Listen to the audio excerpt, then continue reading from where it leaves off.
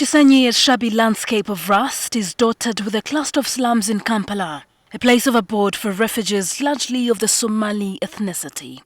Away from the grandeur of gated communities and prowling eyes of law enforcement, these dusty and corrugated iron sheets on the outskirts of the city provide a shelter of squalor. Many living here fled a vortex of violence in the restive Horn of Africa ripped apart by roaming clan militias and the Al-Shabaab insurgency.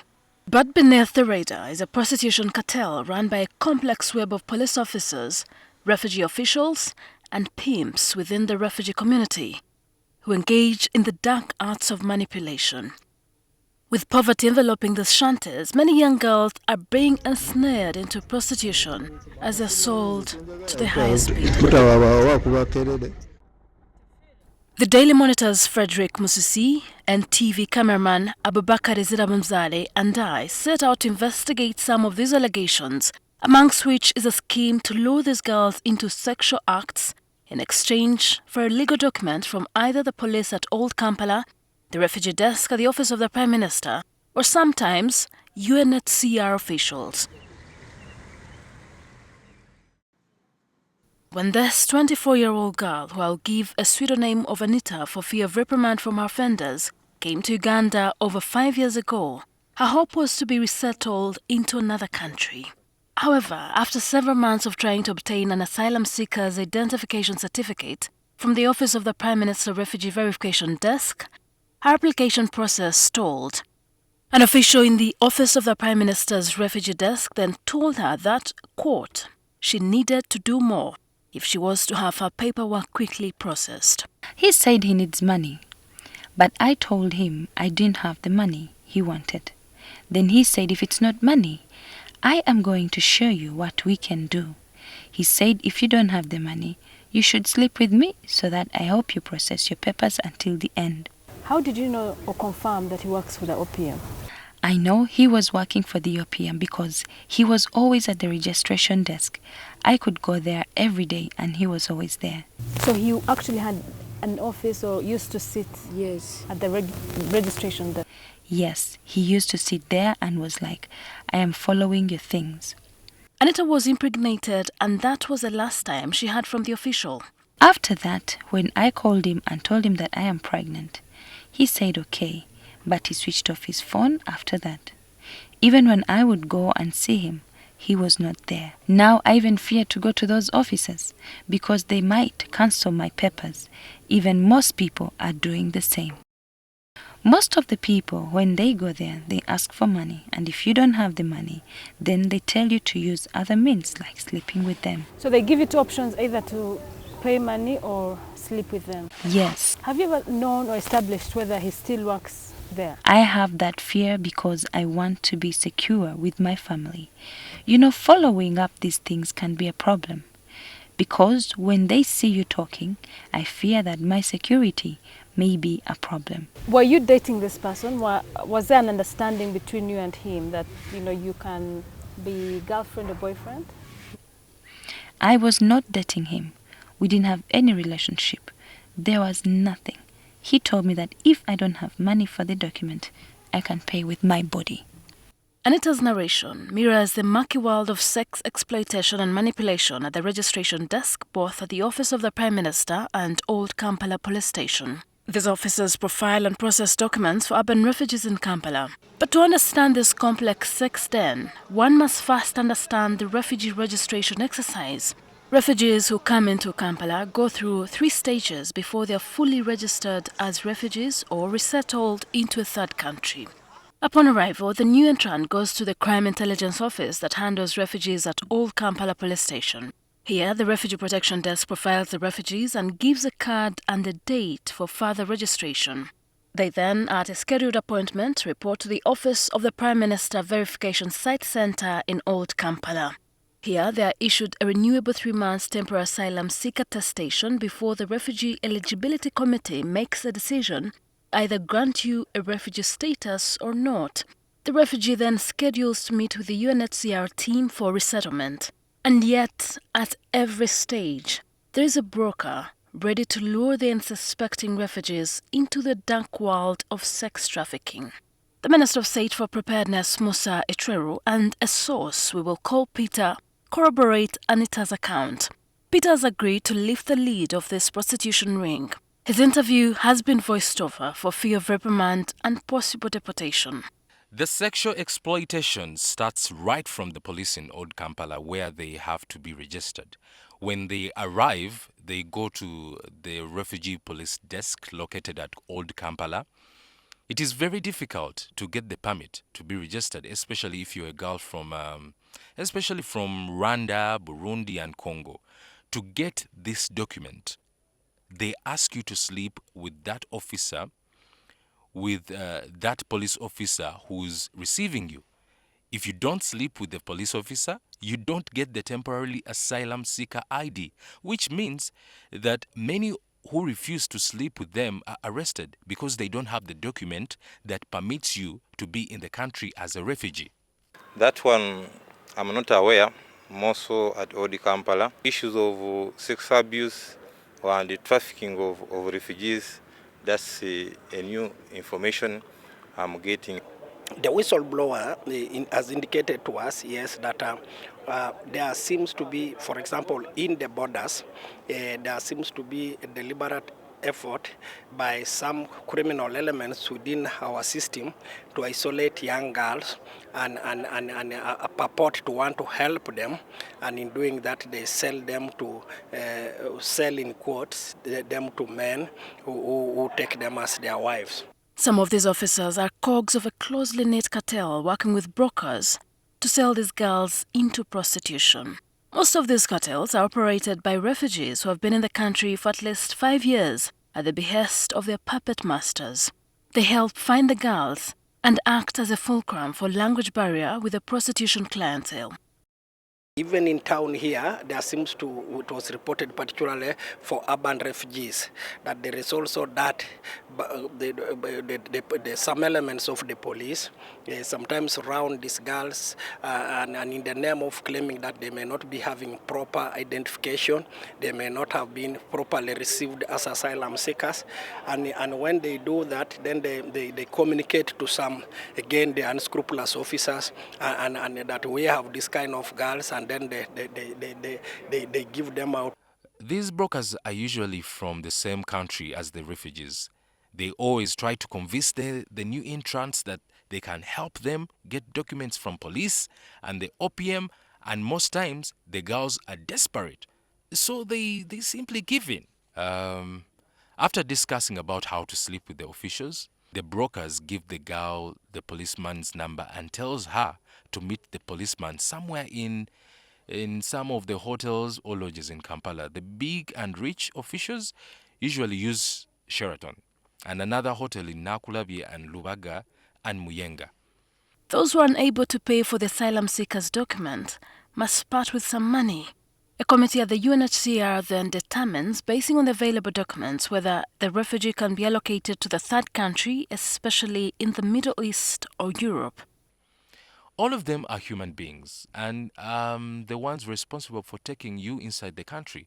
Some of them are also involved in such things of asking for sex in exchange of the resettlement.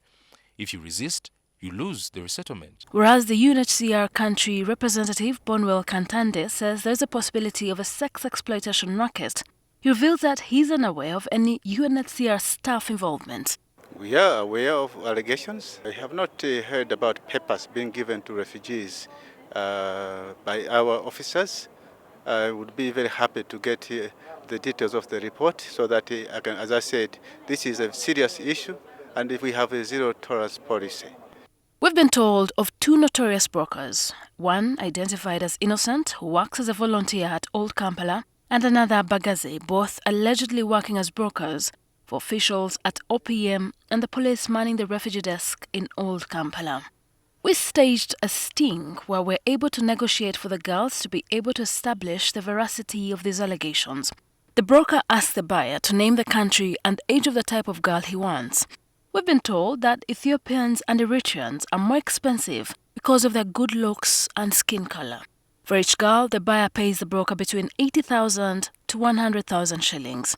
We've been warned by several sources that these brokers only sell girls to those they know, because of the high risk of the business. So the first call we make is to Bagaze, who is a well-known broker.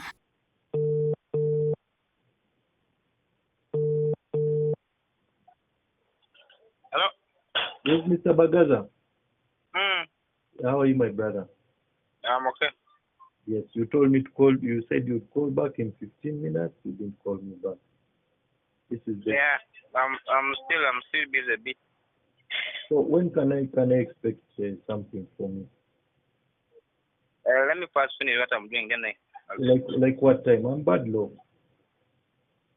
Like 5 minutes only, just 5. So I call you in 10 minutes. Yeah, maybe like that. Okay, thank you. Okay, okay. But do you think it is possible you can get me one of these Ethiopian? One G? Do you think you can get me a Burundian or an Ethiopian girl? Yeah. At how much? I prepare $100 or what? Yeah, you prepare like 100. So please get for me a good one. Yeah, it's okay, it's okay. You first call me after 5 minutes. Anyway. I'm calling you in 10 minutes. Okay, yeah. After 5 minutes elapsed and perhaps unconvinced of who the callers were, he switched off his phone. The telephone number you have called is not available at the moment. Please try again. The head of the Refugee Protection Desk at Old Kampala Police, Julius Isabri, confirmed that Bagaze is a notorious broker. Even when police confirms that Bagaze is a notorious broker, he is always at the OPM's verification site at Old Kampala. The second call is made to another broker, Innocent, who is alleged to be working on behalf of a Uganda police constable, also attached to the refugee desk at Old Kampala. Innocent works as a volunteer at the refugee handling desk at Old Kampala, and after several interrogations on how we got his number, Innocent gives in. Huh? You wanted one of our old? The age? About 20, 25. 20, 25, huh? 20, 25, even 18 is okay. Even 18, eh? You come. Where should I find you? You come in office. Where exactly? Or the Kampala police station, from refugees office. Refugees office, eh? Aware that this could be a trap for us, we drove to Old Kampala. Both the police constable and Innocent are here. However, our filming plan is abruptly cut short when we offer $100 for the girl. This aroused suspicion because, according to them, men usually buy the girls at 20,000 shillings and not $100.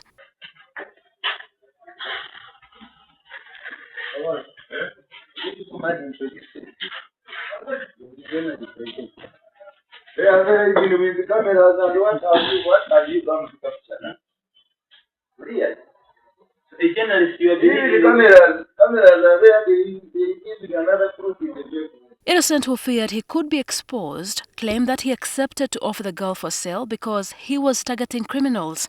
A good defense, he hypothesized that it would get him off the hook if in trouble. As a volunteer interpreter, he has gone through exposure on how police operation works, and is always keen on who a criminal is, and is always keen on who a bad person is, because he has been interacting with. However, several victims, many of whom declined to speak on record for fear of deportation, mentioned this police constable, Innocent, another broker called Razak, and Bagaze as working together to sexually manipulate refugees. Yes, I can tell you one who is called Rukundo. Yes, Rukundo. He says he's a Ugandan, that he knows Luganda, Chirundi, Chinyarwanda, French, and all the languages of the countries those refugees come from. We at the refugee desk office at Old Kampala have a committed team. Have a committed team of 4 profiling officers, and this is a team which is professional. We then place orders through a one Razak, another broker. We asked for 5 girls, preferably Somalis, Eritreans or Ethiopians. Razak reveals that he could get us a bus full of girls. Unaware that we are recording him, Razak boasts that he can get girls of any age and nationality. His fellow brokers later joined Razak in this conversation were recorded.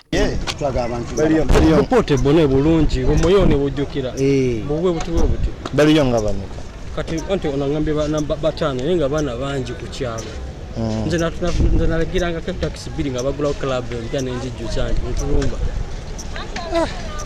oyagala bameka oli musajja mukozi batano bamala n'Abasomali kati Abasomali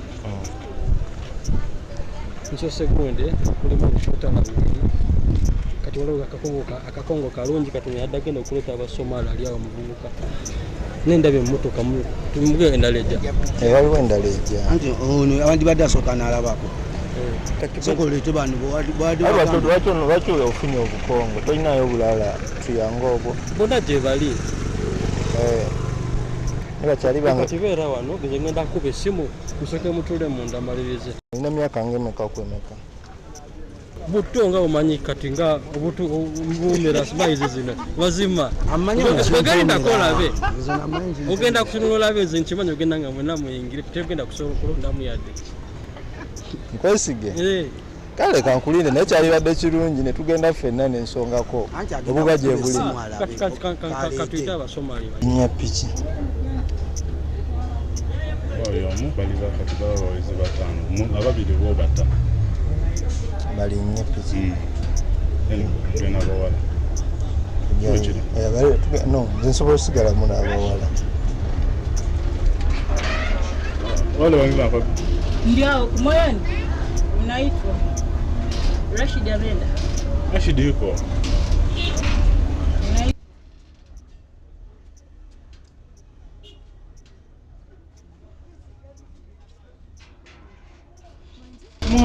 mvayo kalina mwaka bisatu naye nansose tali nenga basatu abasigadde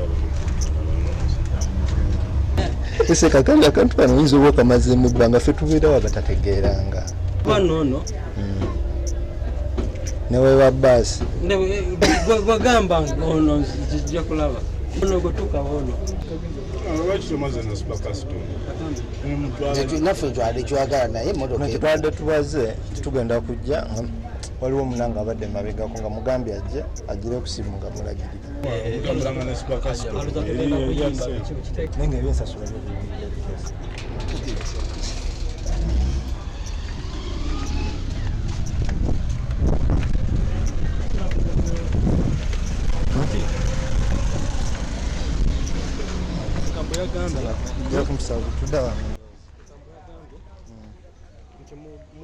One of Razak's accomplices suggested that they can get us girls even as young as 16 and 17, if only we had placed the order in advance. awo tukolerawo ku ntandikwa enkolagana enaatambula ono batalina kale kanzire ku side y'omu kafeero yatunayo emitwalo 8 ati kankubulira ekituufu abawala ngo nagirabo emitwalo emeka nga ye asigaza emitwalo emeka kati aba tafunye wadde 10 njogera laali kyokka aliko ne bano bapikkerere nze mumpe kyesa kati nebugajeyasikukube esimu omanyi abantu tetubanoonyeza laba nnoona omwana gomanyi abantu gye mbajje ate nga nnondamu fast class saga muntu nga sibaddeyo ntya ongambye obadde wakasose netugenda ekaguje netulondamu fast class era mugenda kudda mulondemu bemutwala kati nze mumpeeyo kyesatu zemmekaawo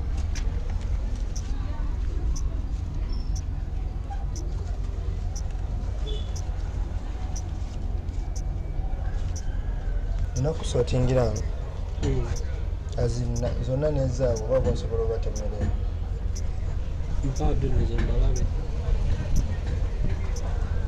bwe batuuka ne beekuba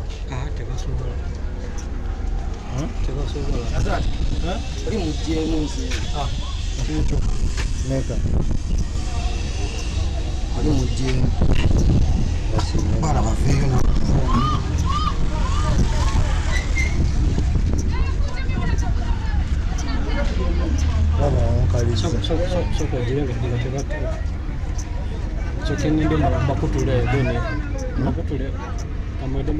simanyi nze kyenjagala butawawakuba kerere The guards are then released and we drive to one of the lodges in the city center. We have 3 more males to help in this sting. During the meeting, we asked the girls why they were involved in these acts, but they declined to speak on camera, insisting that they were not aware they were being sold.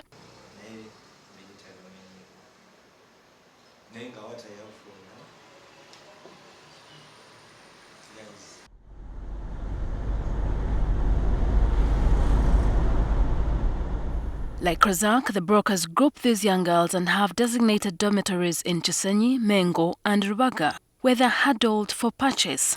Here the brokers part with 50,000 shillings to sometimes $100, which is the equivalent of 360,000 shillings, depending on the clientele. On one of the nights, we pitched camp at one of the hostels where these girls are gathered and later picked and distributed to men. A sophisticated criminal cartel, only Eritreans, Ethiopians or Somalis are allowed in here.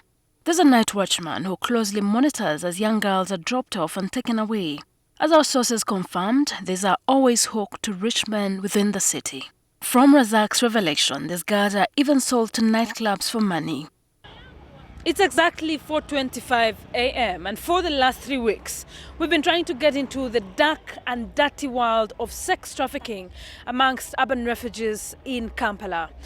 We are along Rubaga Kabusu Road. This is a road that leads you to one of the most populated areas of refugees. Approximately 100,000 refugees are said to be living in Chisenyi and Old Kampala. But along this road are nightclubs and dormitories that we have established house refugees or some young minors as young as 15 years old, and it is from there that they're distributed to willing buyers.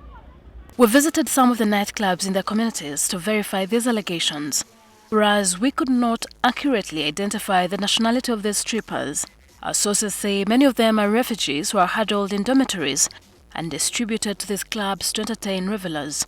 And yet all this is happening under the watch of police, OPM and the UN refugee body, all meant to protect these vulnerable groups. When I prodded Isabrie on why this was so, this was his response. They are then monitored and controlled from these dormitories and later distributed to sex brothels. So why can't the police shut these dormitories which act as holding places before these girls are trafficked? We apprehended them on issues of obtaining money from fellow refugees, and we try to take them up. We always face challenges from the so-called human rights defenders and NGOs which protect the refugees. They have to come up to protect for a refugee, saying that we are abusing the fundamental right of a refugee. Perhaps another man that has tested the wrath of these brokers is 50-year-old Mohammed, a Somali refugee that fights back tears as he narrates the harrowing ordeal. He claims that his 15-year-old daughter was defiled. This criminal outfit, Mohammed says, is well connected and protected by authorities at Old Kampala police station. Wanajuana na polisi yote, kila kitu, kila malango yote yanajua. Sasa yanajua yeye ndio president ya Uganda. Hata sahi kama mtu naua mtu, hata mtu kiua mtu, yeye naenda tu na kutoa yeye kwa jela. Yeye iko na nguvu kushinda kila mtu. His search for justice remains a travesty as his life has been threatened. Mohammed displays his case file number registered at Old Kampala police station, but he says every time he reported at the station, he was instead asked to look for the suspects himself. Mohammed Halil, the alleged suspect, was issued with criminal summons in May 2017, but remained elusive. Mohammed has had to move his daughter away from Kampala to Mbarara, as the criminals were threatening to kill both of them. Hakuna ingine kuandika. Sasa kuja ukapata sasa. Wewe kana transport ingine unakuuliza, ingine unakuambia wewe enda bata hawa, pigia sisi. Sasa ni bata hawa mna gani mimi kutoroka hawa. Mohammed now wants to return home in Somalia, away from the torment and misery that afflicts him. Haki ya Mungu sahi, mimi naomba Mungu arudishe mimi Somalia. Kama ningepata sahi, mtu naweza libia mimi transport ya kurudi Somalia. Yoko asante. At the time of filing this report, the hearing of Mohammed's case had just commenced at Buganda Road Magistrates Court. The lawyers of the accused deny any wrongdoing, while evidence from the police surgeon bears the ingredients of defilement.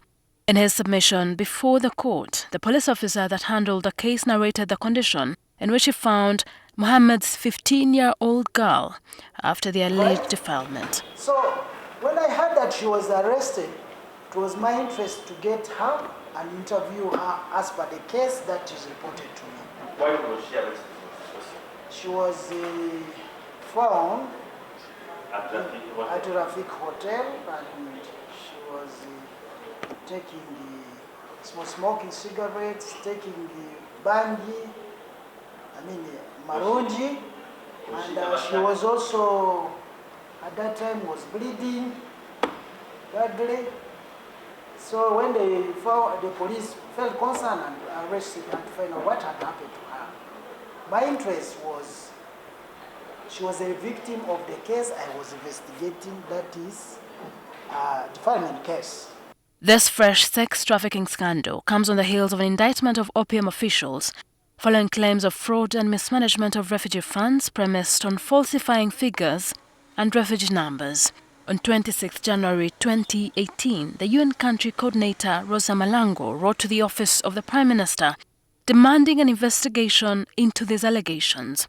Refugees and Disaster Preparedness Minister Hilary Onek later asked the Permanent Secretary to interdict 4 officials in the ministry, including Apollo Kazungu, the Commissioner for Refugees, Walter Mondi, the Refugee Desk Officer in Barada, John Baptist Sentamo, formerly the Camp Commandant in Barada, who was recently transferred in Hoima, and Francis Nkwatibwe, a Registration Officer or Assistant Commandant in Barada, who too had been recently transferred. Some of our partners who have been supporting most of our program are holding everything. Uganda has earned international plaudits and recognition for its friendly policy towards refugees. However, law enforcement must help to bring to an end the plight of girls being held in captivity and free them from the shackles of bondage. And I can assure the country and the international community that if this is proven to be true, and I'm sure we'll go to the depth of it to establish the officers who have been involved. If we find that some of our technical people have been involved in that, if we find that some of the police have been involved in that racket, if we also find that some of our UN teams have been involved, I can tell you it is not just dismissal, but we're going to, slap a punishment that is deterrent. Shiran Hochire, NTV Panorama.